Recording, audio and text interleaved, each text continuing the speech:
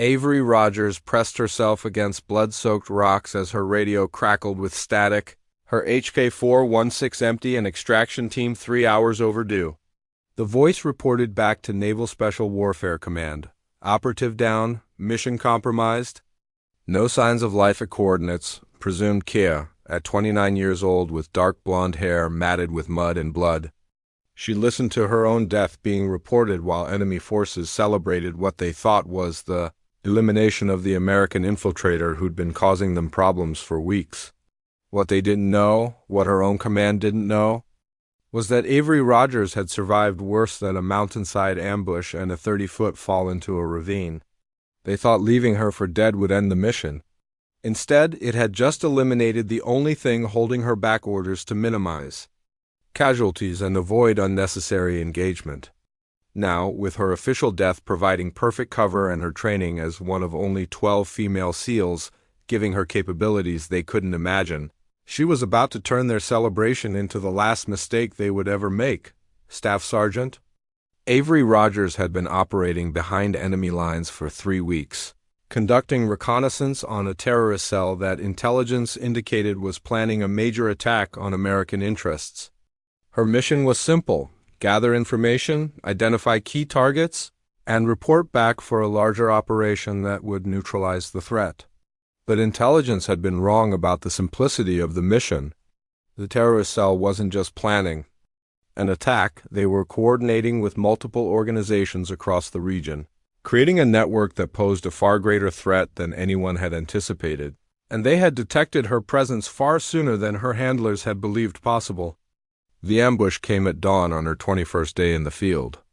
Avery was conducting surveillance from a concealed position overlooking the terrorist compound when she spotted movement that didn't match the routine she'd been monitoring for weeks. Too many armed figures moving with too much purpose. Converging on routes that would surround her position. Her training kicked in immediately. She activated her emergency beacon, grabbed her essential gear, and began moving toward her primary extraction point using evasion routes she'd memorized during mission planning. But they had anticipated her escape routes. The first sniper bullet missed her by inches, striking the rock where her head had been a split second earlier. Avery rolled into cover, her HK-416 ready, and began the kind of running firefight that separated special operations training from theoretical knowledge. She was outnumbered at least 20-1 in terrain the enemy knew better than she did, with limited ammunition and no immediate backup. The tactical situation was what military planners called unsurvivable, but Avery had survived worse. She used every technique that had been drilled into her during SEAL training: fire and movement, use of terrain, sound discipline, and the ability to think tactically while under extreme stress. For 2 hours, she fought a running battle through mountain terrain that would have challenged an entire squad of Marines. Her radio crackled with updates from her extraction team. Nightfall 7, this is Overwatch. Extraction delayed due to hostile air activity. Hold position and maintain concealment. Overwatch, Nightfall 7, I'm in active engagement with approximately 20 hostiles. Cannot maintain position. Moving to alternate extraction point. Nightfall 7, negative on alternate extraction. Area is compromised. Hold position. Avery found herself in the impossible situation that every special operator dreaded. Caught between enemy forces and friendly forces who couldn't reach her, with orders that didn't match the tactical reality on the ground. She made the decision that defined the rest of her mission. She would complete her objectives, independently using whatever methods were necessary to survive and accomplish the mission. The running firefight continued through the afternoon, with Avery using superior training and tactical knowledge to stay ahead of forces that had significant numerical and terrain advantages. Her HK-416 performed flawlessly, allowing her to engage targets at ranges that kept her enemies cautious while she maneuvered toward terrain that would give her options. But ammunition was finite and the enemy forces seemed inexhaustible. As the sun began to set, Avery found herself on a ridge overlooking a valley that contained both the terrorist compound and her alternate extraction point. Between her and safety were approximately 30 armed fighters who had spread out to cover every possible approach route. Her radio crackled again. Nightfall 7, Overwatch. We've got hostile surface-to-air missile activity in your area. Cannot provide air support or extraction until threats are neutralized. Overwatch, how long before missile threats are neutralized? Minimum 12 hours, possibly longer. Can you maintain position overnight? Avery assessed her tactical situation. Limited ammunition, surrounded by hostile forces, no extraction possible, and intelligence objective still incomplete. Standard operating procedure would be to find a concealed position and wait for extraction while avoiding contact. But standard operating procedures didn't account for what she'd discovered during 3 weeks of reconnaissance, the terrorist cell. She'd been monitoring wasn't just planning a single attack, they were coordinating a series of simultaneous strikes that would occur in less than 48 hours. If she waited for extraction, if she followed standard procedures, thousands of innocent people would die. Overwatch, Nightfall 7. Mission parameters have changed. Request permission to complete intelligence gathering objectives before extraction. Negative, Nightfall 7. Your primary objective is survival and extraction. Intelligence gathering is secondary. Avery looked down at the compound where terrorists were finalizing plans that would result in mass casualties, then at her HK-416 with its remaining ammunition, then at the terrain that would allow her to approach the compound under cover of darkness. Overwatch, I'm experiencing radio difficulties. Switching to backup frequency for communications check. She switched to an unused frequency, effectively cutting communications with her handlers, and began planning an infiltration that would either complete her mission objectives or get her killed in the attempt. What happened next would redefine how Naval Special Warfare Command understood the capabilities of their most classified operatives.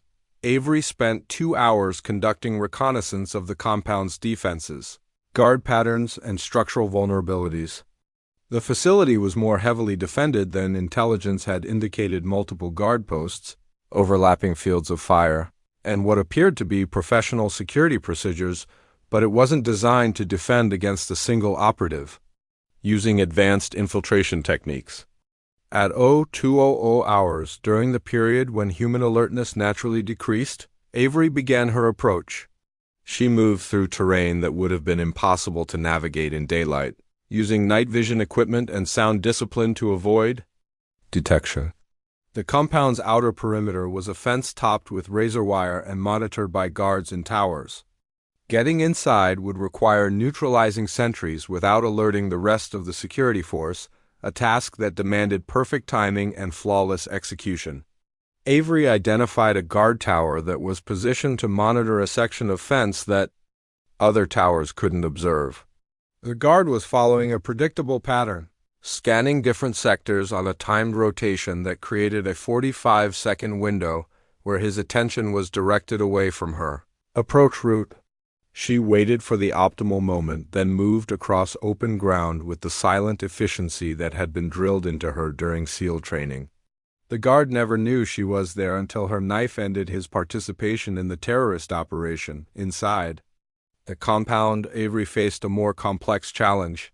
She needed to locate and photograph intelligence materials, while avoiding approximately 40 armed fighters who were conducting their own security procedures. She moved through the facility, using a combination of stealth, timing, and intimate knowledge of human behavior patterns she'd gained during weeks of observation. Guards expected threats from outside the compound, not from someone who had already infiltrated their secure area. Avery located the command center where terrorist leaders were finalizing their attack plans. Through windows, she could see maps, communications equipment, and what appeared to be detailed operational schedules.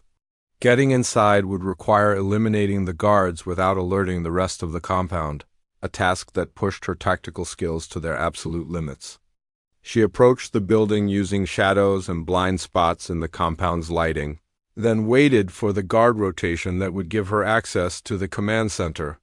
The first guard was eliminated silently, professionally, using techniques that left no immediate evidence of hostile activity. The second guard was more challenging, positioned where other guards might notice his absence, requiring Avery to use his body to maintain the appearance of normal security procedures. Inside the command center, she found intelligence that made her blood run cold. The terrorist attacks scheduled for the next day weren't limited to a single target or even a single country. The cell was coordinating simultaneous strikes on civilian targets across 3 continents: airports, shopping centers, schools, and government buildings. The scope of the planned casualties was beyond anything intelligence had anticipated. Avery photographed everything: attack plans, target lists, communications protocols, personnel rosters, and weapons caches. The intelligence would allow counterterrorism forces to prevent every single planned attack, but her infiltration had been detected. As she finished photographing the intelligence materials, the compound's alarm system activated. Someone had discovered evidence of her infiltration, and within minutes every fighter in the facility would be searching for the intruder. Avery had 2 choices: attempt to escape with the intelligence or complete the mission by ensuring the terrorist cell couldn't execute their plans even if she didn't survive to deliver the intelligence. She made the decision that would define her understanding of what it meant to be a special operator. Instead of trying to escape, she would eliminate the terrorist cell's operational capacity. Avery moved through the compound with the efficiency of someone who had studied its layout for weeks and understood exactly where to strike for maximum effect. Her targets were the communications equipment that allowed coordination with other cells, the weapons caches that supplied their operations, and the leadership that planned the attacks. She planted explosive charges in the communication center, the weapons storage facility, and the vehicle maintenance area where bomb-making materials were kept. Then she began systematically eliminating the terrorist leadership using precision shooting and close-quarters combat techniques. Her HK-416 was perfectly suited for the kind of indoor combat she faced: accurate, reliable, with sound suppression that allowed her to eliminate targets without immediately alerting every fighter in the compound. But ammunition was limited, and there were still 38 armed fighters searching for her. Avery used the compound's own layout against its defenders, moving through areas she'd memorized during surveillance, using their confusion and alarm systems to mask her movement and eliminate targets who were searching for an intruder they couldn't locate. She fought with the clinical precision that came from years of training, but also with the desperate efficiency that came from knowing that failure meant thousands of innocent people would die in terrorist attacks that could have been prevented. One by one, the terrorist leadership was eliminated. One by one, their operational capabilities were destroyed. One by one, the compound's defensive positions were neutralized by someone who fought like a ghost and struck like death itself. But the odds were still overwhelming as Avery eliminated her 15th target. The compound's remaining fighters began coordinating their search more effectively. They established overlapping fields of fire, sealed off potential escape routes, and began systematically clearing buildings where the intruder might be hiding. Avery found herself trapped in the compound's main building with approximately 25 armed fighters converging on her position. Her ammunition was running low, her explosive charges were set but not yet activated, and the intelligence she'd gathered would die with her if she didn't find a way to transmit it before being overwhelmed. She activated her emergency beacon and began transmitting the intelligence photographs using burst communication techniques that would get the information to her handlers even if she didn't survive to explain what she'd discovered. Then she activated the explosive charges. The communication center exploded first, cutting off the terrorist cell's ability to coordinate with other organizations. The weapons storage facility detonated seconds later, eliminating their operational supplies. The vehicle maintenance area erupted in flames that would prevent any escape attempts. The explosions created confusion and panic among the remaining fighters, giving Avery the distraction she needed to fight her way toward the compound's perimeter, but her movement was detected by a sniper positioned in one of the remaining guard towers. The bullet struck her in the shoulder, spinning her around and sending her HK-416 flying out of reach. She rolled into cover as more shots impacted around her position, then began crawling toward the perimeter fence, using terrain features to avoid the sniper's field of fire. Behind her, the compound was burning and secondary explosions from the weapons Cash were destroying whatever operational capacity the terrorist cell might have retained. Ahead of her was 30 meters of open ground that she would have to cross while wounded, without her primary weapon. And under fire from multiple positions, Avery made it 20 meters before a second bullet caught her in the leg, sending her sprawling into a drainage ditch that provided minimal cover from the increasing volume of fire being directed at her position. She activated her emergency beacon one final time and transmitted a message that she hoped would reach her handlers. Mission objectives complete. Intelligence transmitted, cell neutralized. Tell my family I completed the mission. Then she began, crawling toward the fence, expecting each moment to be her last. The sniper's next shot missed by inches, striking the ground beside her head and showering her with rock fragments, but something had changed in the compound behind her. The volume of fire was decreasing, and she could hear shouting that sounded like confusion rather than tactical coordination. Avery reached the fence and used her remaining strength to cut through the razor wire using tools from her survival kit. Behind her, the terrorist compound was burning, its leadership eliminated, its operations disrupted, and its coordination with other cells permanently severed. She crawled through the fence and into the rocky terrain beyond, then began moving away from the compound using navigation techniques that would take her toward terrain where extraction might be possible. But she was losing blood, her strength was fading, and hostile forces were still pursuing her. 2 hours later, as dawn broke over the mountains, Avery found herself in a ravine approximately 2 kilometers from the compound. She could hear helicopters in the distance, see their search and rescue from her own forces or enemy reinforcements arriving to assess the damage to the terrorist facility. Her radio was damaged, her emergency beacon's battery was dying, and her wounds were serious enough that she was losing consciousness intermittently. The helicopters passed overhead without stopping. Avery Rogers officially died at 0647 hours when her emergency beacon stopped transmitting. Her handlers reported her death to Naval Special Warfare Command with the notation, "Operative completed intelligence gathering objectives before being eliminated by hostile forces." Intelligence indicates terrorist cell has been significantly disrupted. What they didn't know was that the disruption had been total, that the intelligence was comprehensive enough to prevent multiple simultaneous attacks, and that Avery Rogers was still alive in a mountain ravine, planning her next move. 3 days later, as Avery regained consciousness in the cave where she'd crawled to escape detection, she could hear radio chatter from the compound indicating that terrorist reinforcements were attempting to reconstitute the cell's operations. Her official death had been reported, her mission was complete, and any reasonable person would focus on survival and evasion until extraction became possible, but Avery Rogers had never been reasonable, and the intelligence she'd gathered indicated that the terrorist network extended far beyond the single cell she'd already eliminated. She spent the next week conducting surveillance from concealed positions, treating her wounds with supplies from her survival kit, and identifying the terrorists who were attempting to rebuild their operational capacity. They thought they were safe because the American operative was dead. That assumption was about to become fatal. Avery's wounds had healed enough for tactical movement, and her surveillance had identified the locations where terrorist leaders were attempting to coordinate with other cells. Her official death meant she could operate without restrictions, without concern for political implications, without orders that prioritized diplomatic considerations over mission effectiveness. She was going to complete the mission that had officially ended with her death. The terrorist reinforcements had established a temporary command post in a building complex approximately 5 kilometers from the original compound. Intelligence indicated they were attempting to contact other cells, reorganize their attack plans, and continue operations despite the loss of their primary facility. Avery spent 2 days conducting reconnaissance, learning their routines, identifying their security measures, and planning an infiltration that would permanently end their operational capacity.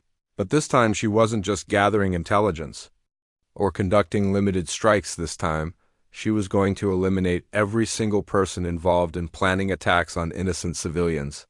On her 8th day of officially being dead, Avery Rogers began the most lethal operation of her career. She approached the terrorist command post using techniques that had been refined by a week of living in hostile territory, moving like a ghost through terrain that provided multiple approach routes but limited escape options. The building complex was defended by approximately 15 armed fighters who were focused more on communication activities than security procedures. They felt secure because they believed the American threat had been eliminated.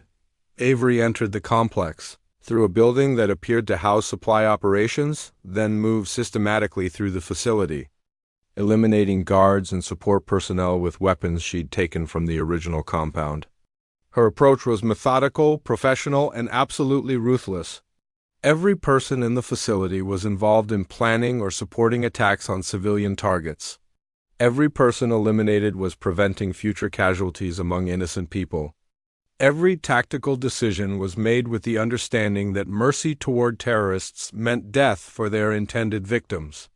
She reached the command center where terrorist leaders were conducting a video conference with other cells, coordinating new attack plans to replace the operations that had been disrupted by her previous mission. Through the partially open door, she could hear discussions about targets, timing, and methods that would maximize civilian casualties. Avery entered the room with weapons ready and eliminated every person present before they could react to her appearance. But the video conference was still active, and terrorist leaders in other locations had witnessed the elimination of their coordinating cell. She found herself looking at computer screens showing figures in multiple locations, who were now fully aware that their network was being systematically destroyed by someone they had believed to be dead. Instead of trying to escape, Avery used the active communication links to gather intelligence about the entire terrorist network. She documented the faces, locations, and operational plans of terrorist leaders across the region, then transmitted this information using the terrorists' own communication systems. Finally, she delivered a message directly to the terrorist leaders, who were watching. This is what happens to people who target innocent civilians. Your network is compromised, your operations are terminated, and your personnel will be eliminated. Consider this your only warning. Then she destroyed the communication systems and began fighting her way out of the building complex. But instead of attempting to escape, she continued hunting. Over the next 4 days, Avery Rogers systematically eliminated every terrorist safe, house, weapons cache, and support facility she had identified during her extended reconnaissance. She operated with the efficiency of someone who had nothing to lose and everything to accomplish. Her official death meant she could use whatever methods were necessary without concern for political ramifications or diplomatic complications. Her training meant she could operate independently in hostile territory for extended periods. Her motivation meant she would continue fighting until every threat to innocent civilians was eliminated. By the end of the week, the terrorist network that intelligence had estimated would require months of coordinated international action to disrupt had been completely destroyed by a single operative, who was officially dead. Avery Rogers had become the ghost that haunted terrorist nightmares, the specter that eliminated threats they thought were safely hidden, the legend that proved death had no power over someone who refused to stop fighting. When she finally activated her emergency beacon 2 weeks after her official death, the response from Naval Special Warfare Command was unlike anything in military history. Nightfall 7, this is Overwatch. We're showing your beacon signal, but our records indicate your Kie. Please confirm your identity. Overwatch, Nightfall 7, mission objectives complete. Request extraction and debriefing. I have significant intelligence about terrorist networks that require immediate action. The silence on the radio lasted 30 seconds before the response came. Nightfall 7, confirm you are alive and mission capable. Affirmative, Overwatch. Very much alive, mission complete and ready to come home. The extraction team that reached her position 12 hours later found Avery Rogers sitting calmly beside a cache of terrorist weapons and intelligence materials, looking like someone who had just completed a routine assignment rather than someone who had single-handedly destroyed an entire terrorist network after being officially declared dead. Chief Petty Officer Marcus Kane, the extraction team leader, approached her with an expression that mixed relief, amazement, and professional respect. Rogers, according to our records, you've been dead for 2 weeks. According to intelligence reports, the terrorist network in this region has been completely eliminated. Want to explain what happened? Avery stood up, shouldering the equipment she'd recovered from terrorist facilities. Chief, they left me for dead, so I figured I'd return the favor. Mission complete. All objectives achieved. Terrorist network neutralized. Kane looked at the intelligence materials she'd gathered, then at the distant smoke columns from destroyed terrorist facilities, then back at the operative who had officially died 2 weeks ago. Rogers, what you did here, this is beyond special. Operations. This is something else entirely. Avery smiled, the first smile she'd managed in 3 weeks. Chief, sometimes being dead is the perfect cover for completing impossible missions. The debriefing at Naval Special Warfare Command lasted 3 days and involved more senior officers than Avery had ever seen in one room. They reviewed her intelligence gathering, her tactical decisions, her independent operations, and the complete elimination of a terrorist network that had been planning coordinated attacks on civilian targets. Admiral Catherine Morrison, commander of Naval Special Warfare Command, asked the question that defined the significance of what Avery had accomplished. Rogers, you were officially declared Kiera. Your mission was considered complete, and you had no orders to continue operations. Why did you continue fighting? Avery thought about the intelligence she'd gathered, the attack plans she'd discovered, the innocent people who would have died if she'd followed standard procedures. Ma'am, the mission wasn't complete until the threat was eliminated. Being declared dead just gave me the operational freedom to finish what I'd started. Admiral Morrison nodded slowly. Rogers, what you accomplished in 2 weeks of independent operations would normally require months of coordinated international action involving multiple agencies and significant resources. You did it alone while wounded, using captured equipment. And pure tactical skill. Ma'am, I had excellent training and significant motivation. You also demonstrated something that's going to change how we think about special operations. Rogers, you proved that sometimes the most effective operative is the one the enemy thinks is dead. But the implications of Avery's operation extended far beyond tactical innovation. Her success had demonstrated capabilities that intelligence agencies worldwide were scrambling to understand and replicate. 3 weeks later, Avery found herself in a secure facility that didn't appear on any government maps, briefing officials whose names were classified at presidential levels about the psychological and tactical advantages of posthumous operations missions, conducted by operatives whose official deaths provided perfect cover for activities that couldn't be officially acknowledged. The enemy's greatest weakness, Avery explained to the assembled intelligence leaders, is their assumption that death ends operational capacity. When they believe they've eliminated a threat, they relax security, reveal hidden assets, and expose vulnerabilities they would never show to a living operative. General Patricia Hayes, now director of a Joint Special Operations Program, asked the critical question, Rogers, can this approach be systematized? Can we train other operatives too? Function effectively after being declared KIA? Avery considered the question carefully. Ma'am, it requires a specific psychological profile, someone who can operate independently for extended periods, make tactical decisions without guidance, and maintain operational focus despite being cut off from all support systems. Not every operative has those characteristics, but some do. Yes, ma'am, and those operatives could be invaluable for missions where conventional approaches have failed and political considerations prevent official action.